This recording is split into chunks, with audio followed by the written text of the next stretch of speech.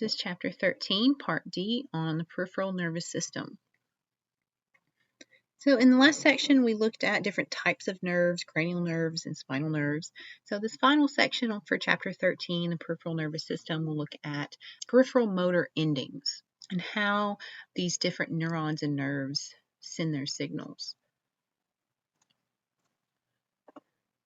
So motor endings in the peripheral nervous system are what's going to activate the effectors by releasing those neurotransmitters or those chemical messengers. So peripheral nervous system motor endings are going to innervate skeletal muscle for our somatic nerves, and then visceral muscle and glands for our autonomic system. So we've talked about this a lot already with the muscle chapter and muscle contraction. So it's the same concept that we've already discussed. So when the impulse reaches that neuromuscular junction, it's going to release acetylcholine, which kickstarts that whole process for muscle contraction. For visceral muscle and glands, we have autonomic motor endings. So these are much simpler in structure than the somatic skeletal muscle junctions. So instead of having individual neuromuscular junctions, they're going to form kind of this interweaving network or branches of synapse and passant, or synapse and passing, with their effector cells via varicosities, right, or these little knob-like swellings along the synapses. So it's still going to release neurotransmitters, just like in somatic motor neurons. So it can release acetylcholine or norepinephrine. So another difference between the autonomic system and the somatic system is that it's a bit slower. But it would make sense because we're talking about stimulating digestive system organs. So the digestive process is pretty slow compared to skeletal muscle activity anyway. So looking at levels of motor control within the central and peripheral nervous systems, so how they interact together. So we said before that the cerebellum and the basal nuclei in the brain are kind of our ultimate planners and coordinators of our more complex motor activities. But these complex motor activities depend on certain patterns of this motor control. So we'll look at the different levels of motor control. So starting with the segmental level to the projection level and then the pre-command level. The segmental level is the lowest level of the hierarchy. So it's primarily your automatic reflexes and movements. So things that you don't really have to think about or process. So these are going to activate networks of the ventral horn neurons and stimulate specific groups of muscles. So we have our reflex activity and our motor output from this low segmental level. It's also going to regulate our central pattern generators. Right? So these are just circuits that control kind of repeated rhythmic motor activity like walking. The projection level or middle level contains some upper motor neurons. So it's shown here in the purple. Right? So this is going to your primary motor cortex. So it's going to kind of oversee some of these reflex and CPG controlled motor actions from the segmental level. So being that it is kind of the middleman, it's going to send impulses to both levels, below and above it. So it sends information to the higher levels as well as the lower level. So it always keeps this high pre-command level kind of informed of what's happening at all levels. And then finally, the pre-command level is our highest level on the hierarchy. So it's going to regulate and oversee all of our motor activity. So it can precisely start and stop movements, coordinate movements with our posture, as well as blocking unwanted movements. It's always monitoring our muscle tone, right? So some of that sensory input from the proprioceptors. So the cerebellum, we said, was kind of our ultimate planner for motor movement. So to ensure that we have that smooth, coordinated, balanced movement. So looking at reflexes, there's two categories of reflexes. So an inborn or intrinsic reflex is something that you're born with, so it's inborn. So these are very rapid, involuntary, and predictable motor response to a stimulus. So every time you receive that stimulus, so classic example would be right, the knee jerk. So when the doctor hits your knee with a hammer, that same stimulus of the hammer hitting your knee, right, is going to cause the same response by the leg muscle. So also things like maintaining posture, controlling visceral activities.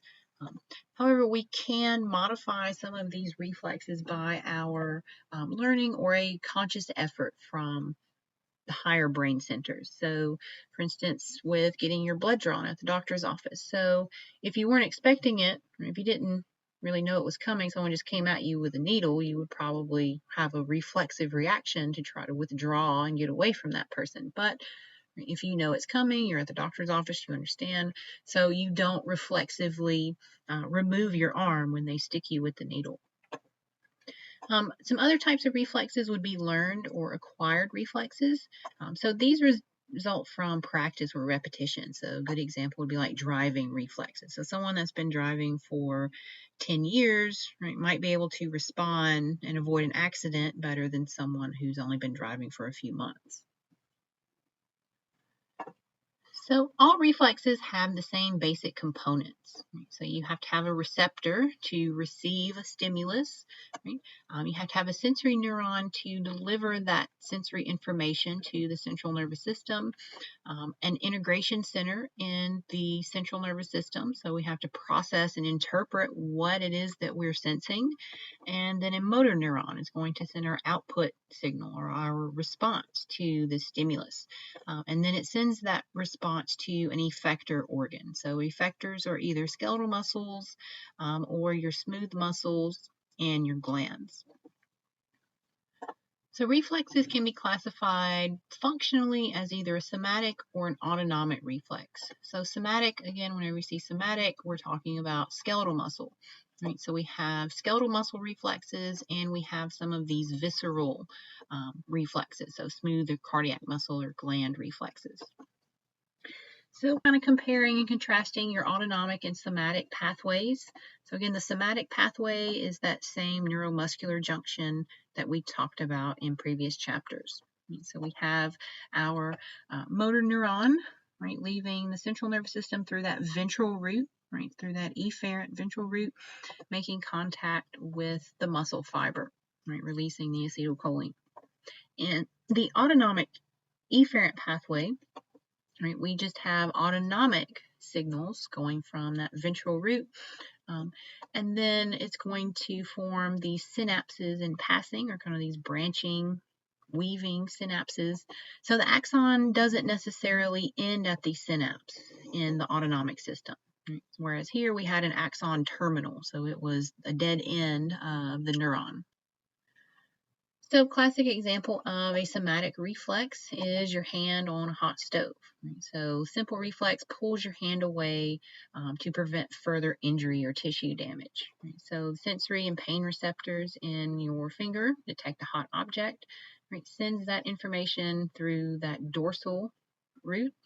Right? So incoming sensory information is processed in the central nervous system, our integration center, right? And then our motor efferent neuron is going to send signals to the skeletal muscles in the arm to contract to withdraw the hand away from the painful stimulus. So these spinal reflexes are automatic. So they're inborn reflexes that occur without any direct involvement of your higher brain centers. I mean, you don't have to think about it. Right? So sometimes if you touch something hot or you step on a nail, you will reflexively, right, remove or withdraw that body part before you've even realized what happened. So the brain is still advised of our spinal reflex activity and may have an effect on the reflex. So again, going back to the brain can override some of these reflexes. So like when you get your blood drawn at the doctor's office. So it's important to test some of these somatic reflexes clinically to assess condition of the nervous system. So if someone's reflex is not working as it should, then we can deduce that maybe something is wrong with that particular section of the nervous system or that particular nerve. So the most commonly assessed reflexes are stretch reflexes, flexor, extensor reflexes, and then some superficial reflexes. So the stretch and tendon reflexes are going to be used to help just smoothly coordinate our skeletal muscle activity. So it's going to use these proprioceptors for its sensory information. So we can monitor the length of the muscle from these muscle spindles, and then we can measure how much tension is in that muscle. So how much is that muscle being pulled on from these tendon organs. So basically the way these muscle spindles work, we have kind of this springy sensory ending that's going to wrap around the muscle fibers. So when the muscle is relaxed, it's not being stretched, a certain amount of space between the sensory fibers. So as the muscle stretches, it's going to activate that muscle spindle, right? Because now these sensory fibers are being pulled further apart, so they're detecting that movement and that stretch. So our brain has set a certain length for our muscles. So the brain tells the body, this muscle is supposed to be this length. So to help maintain that set length, we use the stretch reflex. So again, classic example is the knee jerk reflex. So when the doctor hits your knee with the hammer and makes your leg jump. So the knee jerk reflex is just to help keep the knees from buckling when you stand upright, so you don't lose your balance. So tapping on that patellar ligament that's attached to the quadriceps muscle causes the muscle and the tendon to stretch. So that's going to activate those muscle spindles and send our afferent sensory fibers up that dorsal root. Right, so it's going to be integrated through the central nervous system, or integration center, and then it's going to send the motor impulses out efferent to the muscles. Right? So it will stimulate the quadriceps muscles to contract and extend the knee. So it's going to cause the knee to jerk, the leg to jerk up. It's also going to help inhibit the hamstring to prevent, so we don't have any counteracting or antagonistic movements from our quadriceps. So again, the tendon reflex, similar to that stretch reflex, is just to help prevent damage due to excessive stretch. So our muscles can only handle so much, right? So we don't want to push them beyond their limit and cause further injury. So this tendon reflex is important for making sure we have smooth beginning of muscle contraction and a smooth ending of contraction. We don't want any jerky type of contractions. So this is showing an example. So quadriceps was strongly contracted, right? So we're activating those tendon organs, right? So the tendon organs are sending impulses through the dorsal root right, to the central nervous system, afferent fibers. Right? So then it's going to send motor impulses, efferent, to the stretched muscle, right, causing it to relax and reduce the tension. Right? So the muscle is basically saying, right, we have too much tension, we're under too much stress, right? The muscle needs to relax or it's going to essentially tear itself apart.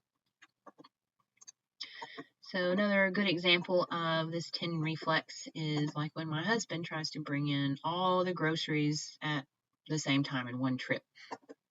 So if you pick up something that's too heavy for your muscles to handle, they're just going to eventually give out so they don't injure themselves. Another type of reflex is the flexor and crossed extensor reflex. So flexor reflex is just that withdrawal. So when you step on a tack or you touch your hand to a flame, it's just going to cause an automatic withdrawal of that threatened body part to protect against further injury or damage. But again, like we said, example like with getting your blood drawn at the doctor's office, your brain can override these reflexes. The crossed extensor reflex is similar to the withdrawal reflex, but it's going to occur with kind of a opposite side extension to maintain balance. So this would be for your weight-bearing limbs primarily. So the stimulated side is going to be flexed and withdrawn, and the opposite contralateral side will be extended. So you kind of shift your weight to the other side of your body. So in this example, if you step on a nail, right, you're going to send those sensory impulses to the central nervous system, afferent through the dorsal root, and then it's going to send afferent motor impulses out from the ventral root to the muscles in the back of the thigh. So these muscles contract, you lift your foot. Simultaneously, at the same time, we're stimulating the quadriceps on the opposite leg to contract, right, to stabilize that opposite leg so we can shift our weight to the other side of the body without losing our balance. Superficial reflexes are testing cutaneous sensation of an area. So one type of superficial reflex is the plantar reflex. So this is testing the spinal cord from the lumbar to the sacral region. So basically you just stroke the bottom of the foot like you tickle someone's foot. So a normal reaction would be the toes would curl downward, right, or flex downward. In an abnormal response, the toes would fan outward. So this is called Babinski's sign, and can be caused by damage to the motor cortex or somewhere along the corticospinal tracts. However, this is a normal response in infancy. So babies will show this Babinski's sign when you tickle their foot because their central nervous system hasn't completed its myelination. Abdominal reflexes are superficial reflexes that are going to test the integrity of the lower portion of the thoracic region of the spinal cord. For abdominal reflexes, you stroke the skin. This is basically like tickling somebody. So how ticklish is somebody? So normal response would be to withdraw the umbilicus or the belly button inward. So you suck your belly in when someone is tickling you. So that would be a normal response or reflex to that stimulus. So just like with other reflexes, if there are any lesions or damage to this region of the spinal cord, then this reflex would be absent.